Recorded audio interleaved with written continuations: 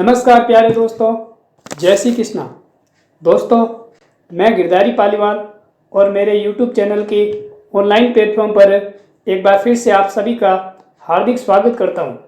प्यारे दोस्तों, आज के इस वीडियो सेशन में हम चर्चा करेंगे 15 मई से 21 मई के महत्वपूर्ण करंट अफेयर्स पर। तो दोस्तों, शुरू करते हैं आज के इस वीडियो सेशन को।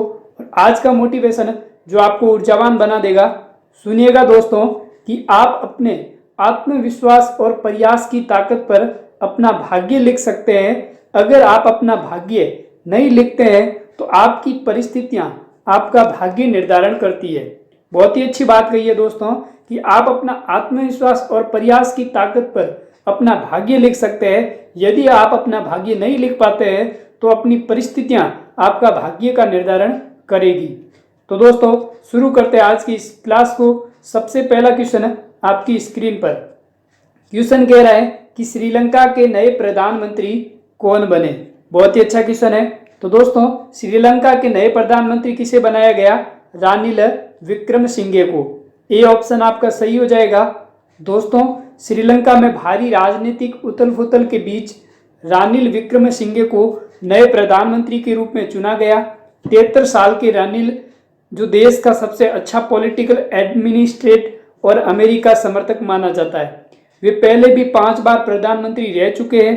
1993 में पहली बार और 44 साल की उम्र में प्रधानमंत्री बने थे। और ये वर्तमान में विक्रमसिंघे अपनी पार्टी के इकलौते सांसद है। तो श्रीलंका के नए प्रधानमंत्री कौन बने? रानिल विक्रमसिंघे। दोस्तों, अगला क्वेश्चन है कि किस राज्य में टमाटर फ्लू के मामले दर्ज किए गए? टमाटर फ्लू इसके मामले हैं वो किस राज्य में दर्ज किए गए? केरल में। सी ऑप्शन आपका सही हो जाएगा। दोस्तों, इस वायरल डिजीज में बड़ी संख्या में बच्चों को अपना शिकार बनाया। टमाटर फ्लू या फिर टोमेटो फ्लू एक कॉमन वायरल इन्फेक्शन है जिसके अंदर दोस्तों 5 वर्ष से कम उम्र के बच्चों को बुखार आता है और स्किन में जलन और शरीर में पानी की कमी होती है। और इस बीमारी की जो शुरुआत है वो कहाँ से हुई है?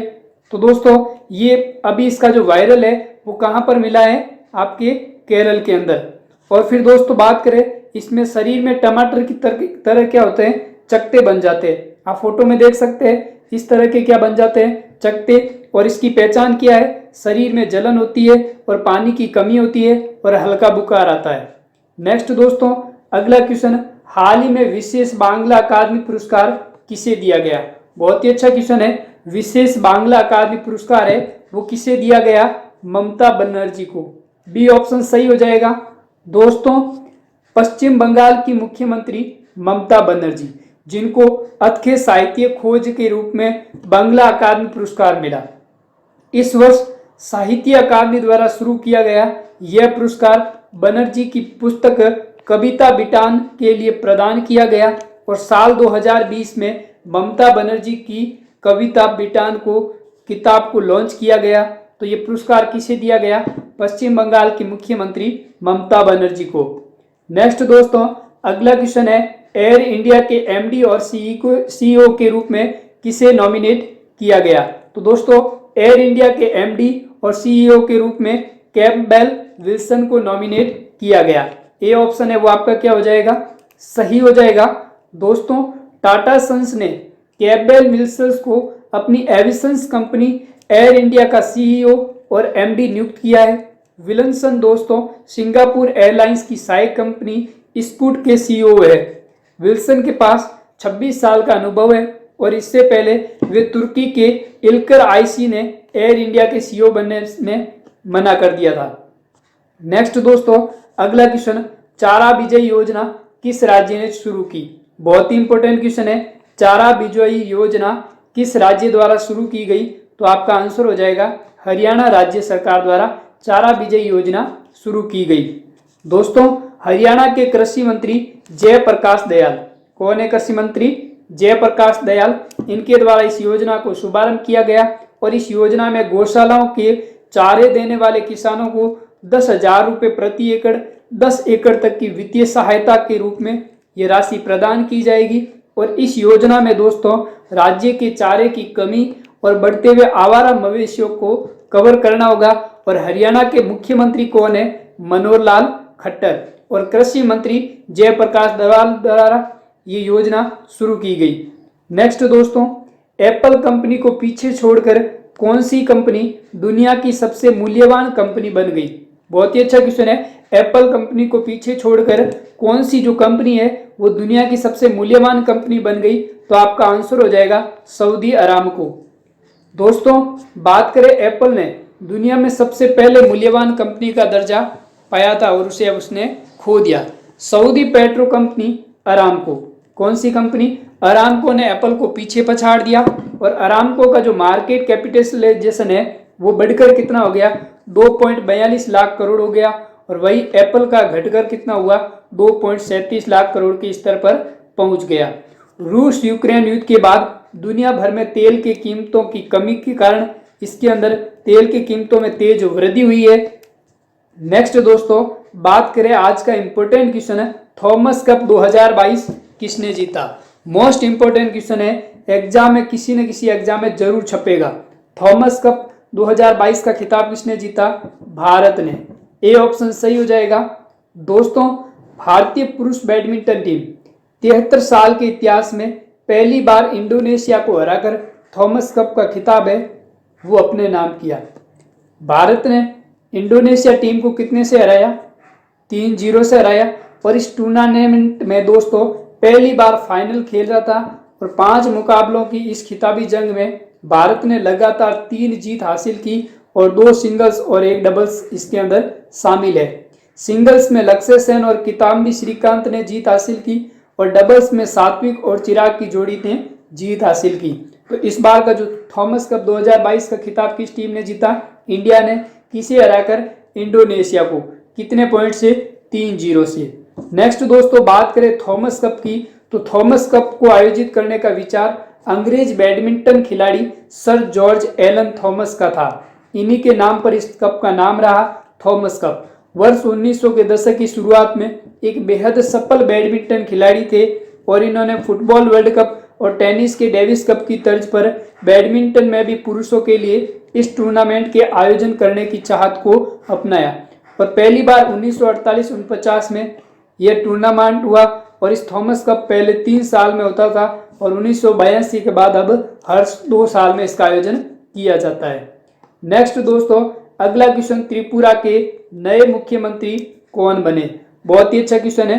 त्रिपुरा के नए मुख्यमंत्री के रूप में किसे चुना गया? मानिक शाह को। सी ऑप्शन सही हो जाएगा। दोस्तों, विप्लव कुमार देव ने 14 मई 2022 को इस पद से इस्तीफा दे दिया।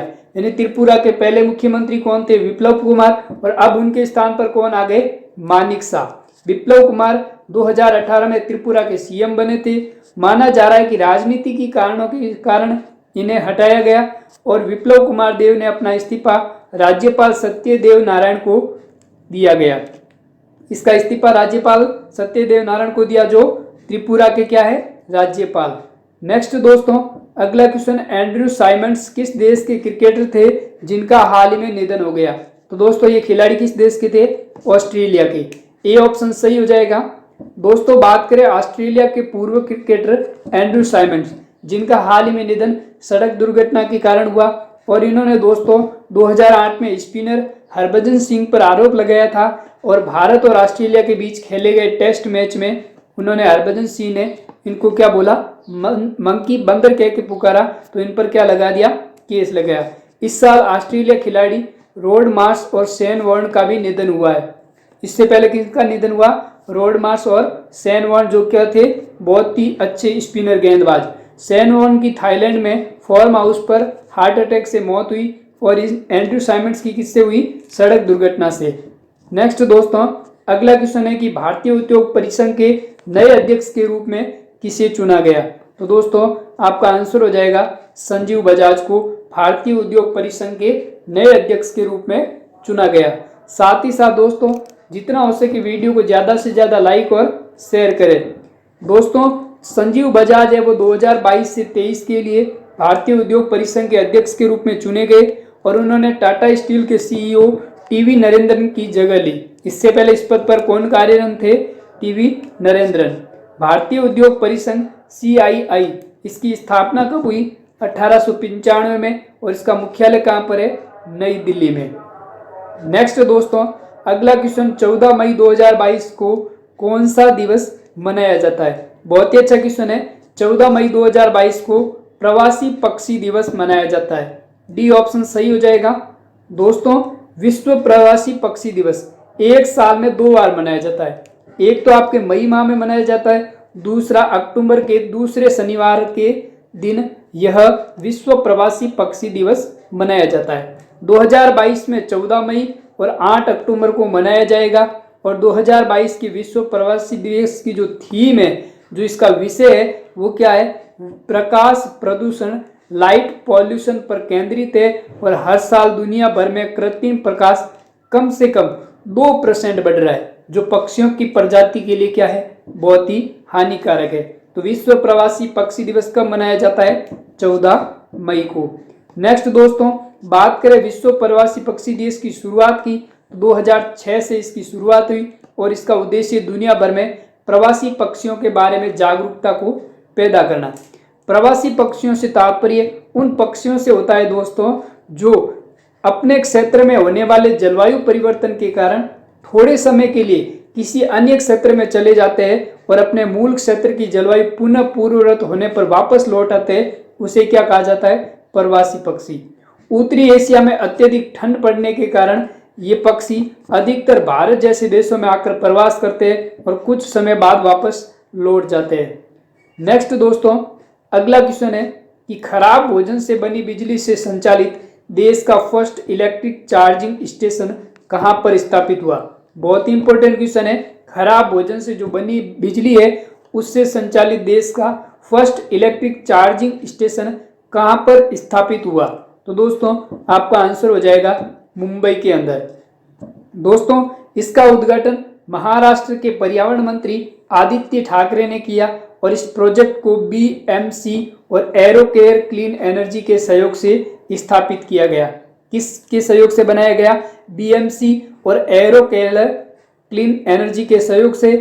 और इस खाद्य अपशिष्ट से 220 यूनिट बिजली का उत्पादन होता है और इस बिजली का उपयोग स्ट्रीट लाइट और इलेक्ट्रिक वाहनों को चार्ज करने के लिए किया जाएगा। नेक्स्ट दोस्तों, अगला क्वेश्चन है कि फोर्ब्स की सबसे ज्यादा कमाई करने वाले एथलीटों की सूची में टॉप पर कौन है?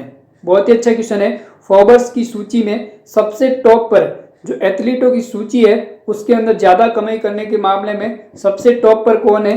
तो आपका आंसर हो जाएगा लियोनेल मेसी। डी ऑप्शन सही हो जाएगा। दोस्तों, Lionel Messi Forbes highest paid athlete 2022 की सूची में शीर्ष स्थान हासिल किया। उनकी संपत्ति की बात करें तो 130 बिलियन अमेरिकी डॉलर बताई गई। दूसरे स्थान पर बास्केटबॉल खिलाड़ी लेब्रॉन जेम्स और तीसरे स्थान पर क्रिस्टियानो रोनाल्डो। फोर्ब्स पुरस्कार राशि, वेतन और बोनस और प्रायोजन के आधार पर अनुमानों की गणना करता है और इस लिस्ट में भारतीय खिलाड़ियों में इकलौते भारतीय खिलाड़ी कौन है? विराट कोहली, जो पिछले साल विराट कोहली की कमाई 262 करोड़ रुपए रही। नेक्स्ट दोस्तों, अगला क्वेश्चन है कि भारत और कौन से देश ने वाराणसी में स्किल इंडिया इंटरनेशनल सेंटर की स्थापना के लिए समझौते पर हस्ताक्षर किए? बहुत ही अच्छा क्वेश्चन है। भारत और किस देश ने स्किल इंडिया इंटरनेशनल सेंटर की स्थापना के लिए इस समझौते पर हस्ताक्षर किए? तो आपका आंसर हो जाएगा यूएई, संयुक्त राज्य अमीरात। दोस्तों, भारत के राष्ट्रीय कौशल विकास निगम, हिंदुस्तान पोर्ट्स प्राइवेट लिमिटेड और यूएई के डीपी वर्ल्ड के बीच में समझौता ज्ञापन पर हस्ताक्षर हुए। Skill India international centre Indian youth को लॉजिस्टिक्स पोर्ट ऑपरेशंस में रोजगार के अवसर प्रदान करेगा और ये स्किल का प्रदान करेगा। नेक्स्ट दोस्तों, बहुत ही अच्छा क्वेश्चन है। दोस्तों, बात करें संयुक्त अरब अमीरात, यूएई, कनाडा, ऑस्ट्रेलिया आदि देशों में इसकी मांग के अनुसार ट्रेनिंग प्रदान करेगा। संयुक्त अरब अमीरात की बात करें तो इसकी राजधानी कहां पर है? अबू धाबी में। और इसके पीएम कौन है? मोहम्मद बिन राशिद अल मखतूम। और राष्ट्रपति कौन है? शेख मोहम्मद बिन जायद अल नयान। तो संयुक्त अरब अमीरात, यूएई की राजधानी अबू धाबी। नेक्स्ट दोस्तों, बात करें संयुक्त राष्ट्र मानवाधिकार परिषद में रूस की जगह कौन सा देश शामिल होगा? बहुत ही अच्छा क्वेश्चन है। संयुक्त राष्ट्र मानवाधिकार परिषद में रूस के स्थान पर कौन सा देश शामिल होगा? तो तो आपका आंसर हो जाएगा चेक गणराज्य। दोस्तों, संयुक्त राष्ट्र महासभा ने चेक गणराज्य को मानवाधिकार परिषद के सदस्य के रूप में चुना है और चेक गणराज्य रूस का स्थान लेगा। रूस को यूक्रेन पर आक्रमण करने के बाद संयुक्त राष्ट्र मानवाधिकार परिषद ने इसे यहां से निलंबित कर दिया और इस संयुक्त राष्ट्र महासभा में इसके पक्ष में 157 मत मिले, जो चेक गणराज्य रूस द्वारा छोड़ा गया कार्यकाल पूरा होगा। नेक्स्ट दोस्तों, बात करें संयुक्त राष्ट्र मानवाधिकार परिषद की, तो इसका एक अंतर सरकारी निकाय है और ये पूरे विश्व में मानवाधिकारों के संवर्धन और संरक्षण के लिए कार्य करता है। इस परिषद का गठन कब हुआ? 2006 में, और इसका मुख्यालय जिनेवा स्विट्जरलैंड में स्थित है और इसका गठन 47 संयुक्त राष्ट्र सदस्यों के देशों से मिलाकर जो संयुक्त राष्ट्र महासभा UNGE के द्वारा चुने गए। नेक्स्ट क्वेश्चन, गति शक्ति संचार पोर्टल को हाल ही में किसने लॉन्च किया? बहुत ही अच्छा क्वेश्चन है। गति शक्ति संचार पोर्टल किसके द्वारा लॉन्च किया गया? दूरसंचार विभाग द्वारा। ए ऑप्शन आपका सही हो जाएगा। दोस्तों, राइट ऑफ वे ROW की एप्लीकेशन एंड परमिशंस की प्रक्रिया को सुव्यवस्थित करने के लिए गति शक्ति संचार पोर्टल शुरू किया। इस पोर्टल में दूर संचार बुनियादी ढांचे के कार्यों के लिए इसका उद्देश्य को प्राप्त करने में मदद करेगा और इस पोर्टल को MP राज्य इलेक्ट्रॉनिक्स विकास निगम द्वारा विकसित किया जाएगा। नेक्स्ट दोस्तों, बात करें अगले क्वेश्चन की। Human rated solid rocket booster HS-200 का परीक्षण किसके द्वारा किया गया? बहुत ही इंपॉर्टेंट क्वेश्चन है, एग्जाम में छपेगा। Human rated solid rocket booster का जो परीक्षण है वो किसके द्वारा किया गया? तो आपका आंसर हो जाएगा इसरो के द्वारा। नेक्स्ट दोस्तों, बात करें मानव rated solid rocket booster HS-200 का परीक्षण गगनयान मानव मिशन लॉन्च प्रोग्राम का एक प्रमुख पार्ट है और इस गगनयान को प्रक्षेपित करने में मदद करेगा। श्री हरिकोटा के सतीश धवन स्पेस सेंटर में 135 सेकंड के लिए 203 टन ठोस प्रणोदक से लदे HS-200 का बूस्टर का प्रयोग किया जाएगा।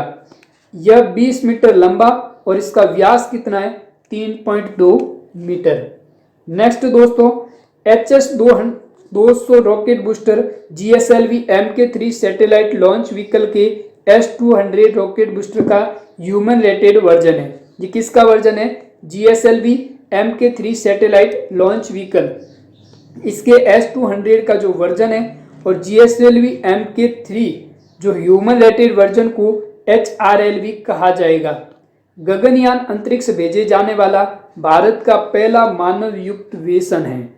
इसका मकसद किसी भारतीय अंतरिक्ष यान से मानव को पृथ्वी की निचली कक्षा में भेजने और उन्हें वापस लाने की क्षमता को दिखाना है। गगनयान मिशन की घोषणा PM नरेंद्र मोदी ने 15 अगस्त 2018 को लाल किले से की थी। नेक्स्ट दोस्तों, अगला क्वेश्चन, केंद्रीय माध्यमिक शिक्षा बोर्ड CBSE के अध्यक्ष के रूप में किसे चुना गया? तो दोस्तों, CBSE केंद्रीय माध्यमिक शिक्षा बोर्ड के अध्यक्ष के रूप में किसे चुना गया? निधि छिब्बर को। साथ ही साथ दोस्तों, वीडियो को ज़्यादा से ज़्यादा शेयर करें। ये जो क्लास है हर कॉम्पिटिटिव एग्जाम के लिए बहुत ही इंपॉर्टेंट साबित होगी। दोस्तों, IAS अधिकारी निधि छिब्बर को केंद्रीय माध्यमिक शिक्षा बोर्ड CBSE का चेयरमैन नियुक्त किया। वर्तमान में वे भारी उद्योग मंत्रालय में अतिरिक्त सचिव है। विवेक कुमार देवांगन को विद्युत मंत्रालय के REC लिमिटेड के अध्यक्ष और प्रबंध निदेशक के रूप में नियुक्त किया गया। नेक्स्ट दोस्तों, बात करें फरवरी 2022 में विनीत जोशी जो कि CBSE के अध्यक्ष के रूप में चुना गए थे। और बात करें दोस्तों CBSE की, तो central board of secondary education, और इसकी स्थापना कब हुई? 2 जुलाई 1929 को, और इसका मुख्यालय कहाँ पर है? नई दिल्ली में। यह भारत में सार्वजनिक पब्लिक और निजी स्कूलों की प्राइवेट स्कूल्स के लिए राष्ट्रीय स्तर का शिक्षा बोर्ड है और इस शिक्षा मंत्रालय के तहत ये कार्य करता है। CBSE central board of secondary education. Next दोस्तों, अगला क्वेश्चन है, देव सहायम पिल्लई को वेटिकन में पोप फ्रांसिस कैथोलिक चर्च द्वारा संत घोषित किया गया। उनका जन्म किस राज्य में हुआ? मोस्ट इंपोर्टेंट क्वेश्चन है, देव सहायम पिल्लई का जो जन्म है वो किस राज्य में हुआ? तो दोस्तों आपका आंसर हो जाएगा तमिलनाडु में। डी ऑप्शन सही हो जाएगा। दोस्तों देव सहायम पिल्लई पोप फ्रांसिस द्वारा संत घोषित किए गए। उनका जन्म 23 अप्रैल 1712 को तमिलनाडु के कन्याकुमारी जिले के नटलम गांव में हुआ। वर्ष 1745 में कैथोलिक बन गई तथा इन्होंने ईसाई धर्म अपनाने के बाद लेजारूस नाम रख दिया। दोस्तों अगला क्वेश्चन, इटालियन ओपन में 38वां मास्टर्स 1000 का खिताब किसने जीता? तो दोस्तों यहाँ पर आपका आंसर हो जाएगा नोवाक जोकोविच। बात करें दोस्तों नोवाक जोकोविच जो सर्बिया के रहने वाले, इन्होंने स्टेफानोस सिटसिपास ग्रीस को हराकर इटालियन ओपन 2022 का एटीपी मास्टर्स 1000 का खिताब अपने नाम किया। बात करें इटालियन ओपन की तो यह रोम इटली में आयोजित एक टूर्नामेंट है और यह क्ले कोर्ट पर खेला जाता है। नेक्स्ट दोस्तों बात करें नोवाक जोकोविच की तो सर्बिया के टेनिस खिलाड़ी है और इन्होंने 20 ग्रैंड स्लैम खिताब अपने नाम किए, जिसमें 9 ऑस्ट्रेलिया ओपन, 2 फ्रेंच ओपन और 6 विंबलडन और 3 यूएस ओपन शामिल है। और उन्होंने 2021 में ऑस्ट्रेलियाई ओपन, फ्रेंच ओपन और विंबलडन का खिताब भी अपने नाम किया। तो नोवाक जोकोविच कौन से देश की खिलाड़ी है? सर्बिया के। नेक्स्ट दोस्तों बात करें अगले क्वेश्चन की तो उबेर कप 2022 का खिताब किसने किया, किसने जीता? बहुत ही इंपॉर्टेंट क्वेश्चन है। उबेर कप 2022 का जो खिताब है वो किसने जीता? तो आपका आंसर हो जाएगा दक्षिण कोरिया ने। सी ऑप्शन सही हो जाएगा। दोस्तों जिस प्रकार पुरुषों को बैडमिंटन के लिए थॉमस कप होता है, उसी प्रकार महिलाओं के लिए कौन सा कप होता है? Uber cup. ये बात आपको 100% याद रखनी है कि उबेर कप महिलाओं का होता है और थॉमस कप होता है वो पुरुषों का। 2022 में बैंकॉक और थाईलैंड के इंपैक्ट एरिना में दक्षिण कोरिया ने फाइनल में चीन को हराकर दूसरी बार उबेर कप का खिताब है वो अपने नाम किया। तो इस बार उबेर कप जो है वो विजेता टीम कौन सी रही? दक्षिण कोरिया। और उपविजेता कौन सी रही? चीन। उबेर कप की सफल टीम चीन है जिसने 15 बार इस खिताब को जीता है और दक्षिण कोरिया ने केवल 2 बार इस खिताब को जीता है। तो दोस्तों 2 क्वेश्चन इंपॉर्टेंट है। उबेर कप को किस टीम ने जीता? दक्षिण कोरिया ने। किसे हराकर? चीन को। और थॉमस कप की बात करें तो किसने जीता? भारत ने। किसे हराकर? इंडोनेशिया को 3-0 से।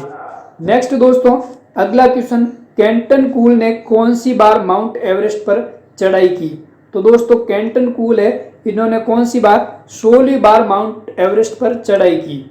दोस्तों बात करें 48 वर्षीय ब्रिटिश सिटीजन केंटन कूल, जिन्होंने 16वीं बार माउंट एवरेस्ट फतह करने वाले पहले गैर नेपाली व्यक्ति बन गए।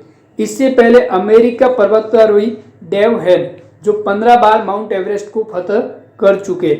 Captain cool south west England के रहने वाले हैं। इससे पहले अन्य पर्वतारोहियों के साथ एवरेस्ट पर चढ़ चुके हैं।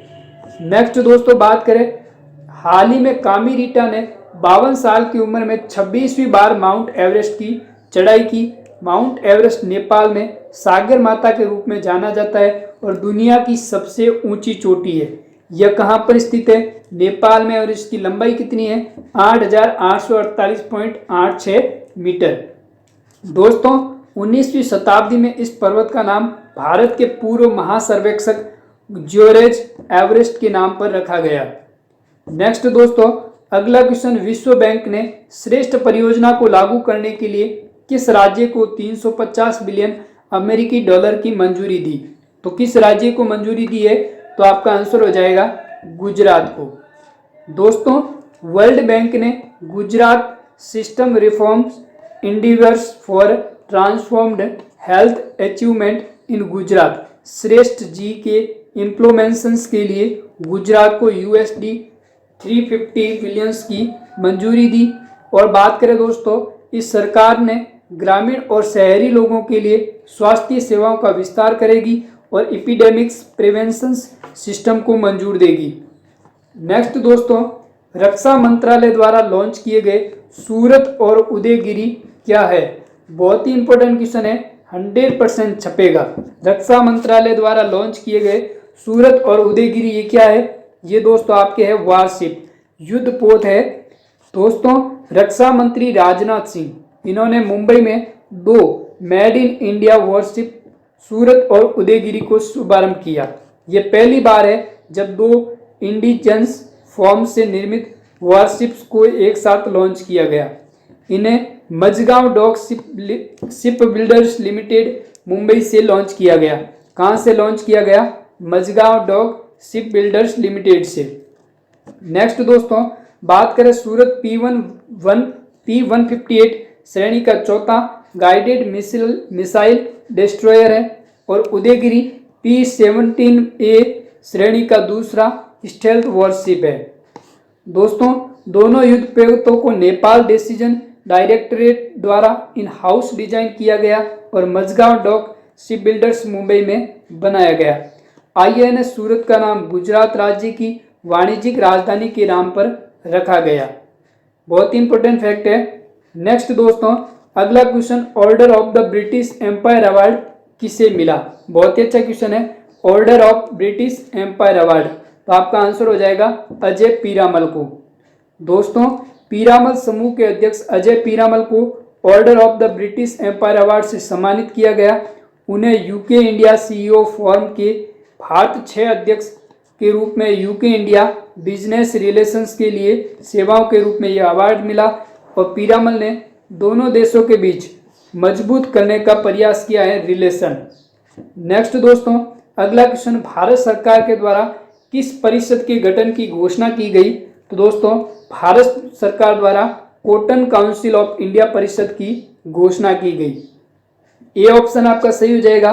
दोस्तों भारतीय कपास परिषद का जो गठन है वो सुरेश भाई कोटक की अध्यक्षता में किया गया। इसमें कपड़ा, कृषि, वाणिज्य, भारतीय कपास निगम, कपास अनुसंधान संस्थान और वित्त मंत्रालय के प्रतिनिधि भी शामिल होंगे। और इसके अंदर दोस्तों इसकी पहली बैठक है जो 28 मई 2022 को आयोजित की जाएगी और इस परिषद का मुख्य उद्देश्य भारत में कपास के क्षेत्र में सुधार लाना। नेक्स्ट दोस्तों अगला क्वेश्चन, महिला विश्व मुक्केबाजी चैंपियन में निकहत जरीन ने कौन सा मेडल जीता? बहुत ही अच्छा क्वेश्चन है। महिला विश्व मुक्केबाजी चैंपियनशिप में निकहत जरीन ने कौन सा मेडल जीता? तो आपका आंसर हो जाएगा गोल्ड मेडल। ए ऑप्शन सही हो जाएगा। दोस्तों निकहत जरीन 52 किलोग्राम ने फाइनल में थाईलैंड की जितेपोंग जुटामेंस के खिलाफ निकहत ने शानदार लड़ाई लड़ी और गोल्ड मेडल पर अपना कब्जा जमाया। महिला विश्व बॉक्सिंग चैंपियनशिप का आयोजन तुर्की के इस्तांबुल में किया गया और विश्व मुक्केबाजी चैंपियंस में स्वर्ण पदक जीतने वाली 5वीं भारतीय महिला खिलाड़ी कौन बन गई? चिकत जरीन। जरीन के अलावा मनीषा मौन और परवीन हुड्डा ने ब्रॉन्ज मेडल जीते। नेक्स्ट दोस्तों बात करें, निकहत स्वर्ण जीतने वाली 5वीं भारतीय महिला खिलाड़ी बन गई। इससे पहले मैरी कॉम ने 2002, 2005, 2006, 2008, 2010 और 2018 में खिताब जीते। सरिता देवी ने 2006 में, जेनी आरएल ने 2006 में, लेक केसी ने 2006 और निकहत जरीन ने 2022 में यह खिताब अपने नाम किया महिला विश्व बॉक्सिंग चैंपियनशिप का।